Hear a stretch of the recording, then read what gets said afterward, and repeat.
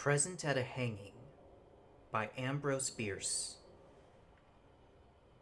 An old man named Daniel Baker living near Lebanon, Iowa, was suspected by his neighbors of having murdered a peddler who had obtained permission to pass the night at his house. This was in 1853, when peddling was more common in the western country than it is now and was attended with considerable danger. The peddler with his pack traversed the country by all manner of lonely roads and was compelled to rely upon the country people for hospitality. This brought him into relation with queer characters, some of whom were not altogether scrupulous in their methods of making a living, murder being an acceptable means to the end. It occasionally occurred that a peddler with diminished pack and swollen purse would be traced to the lonely dwelling of some rough character and never could be traced beyond. This was so in the case of Old Man Baker, as he was always called.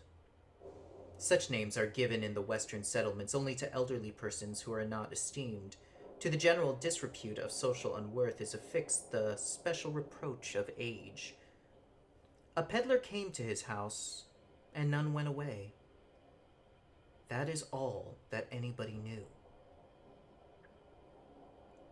7 years later, the Reverend Mr. Cummings, a Baptist minister well known in that part of the country, was driving by Mr. Baker's farm one night. It was not very dark. There was a bit of moon somewhere above the light veil of mist that lay along the earth. Mr. Cummings, who was at all times a cheerful person, was whistling a tune which he would occasionally interrupt to speak a word of friendly encouragement to his horse. As he came to a little bridge across a dry ravine, he saw the figure of a man standing upon it, clearly outlined against the gray background of a misty forest. The man had something strapped on his back and carried a heavy stick, obviously an itinerant peddler. His attitude had in it a suggestion of abstraction, like that of a sleepwalker. Mr. Cummings reined in his horse when he arrived in front of him, gave him a pleasant salutation, and invited him to a seat in the vehicle. "If you are going my way," he added. The man raised his head, looked him full in the face, but neither answered nor made any further movement. The minister, with good-natured persistence, repeated his invitation. At this, the man threw his right hand forward from his side and pointed downward as he stood on the extreme edge of the bridge. Mr. Cummings looked past him over into the ravine, saw nothing unusual, and withdrew his eyes to address the man again. He had disappeared.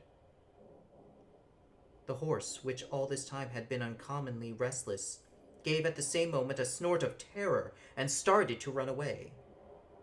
Before he had regained control of the animal, the minister was at the crest of the hill 100 yards along.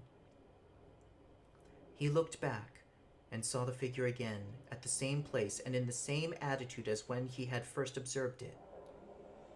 Then for the first time he was conscious of a sense of the supernatural and drove home as rapidly as his willing horse would go.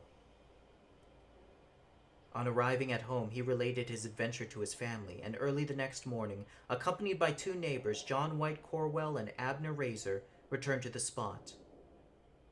They found the body of Old Man Baker hanging by the neck from one of the beams of the bridge, immediately beneath the spot where the apparition had stood.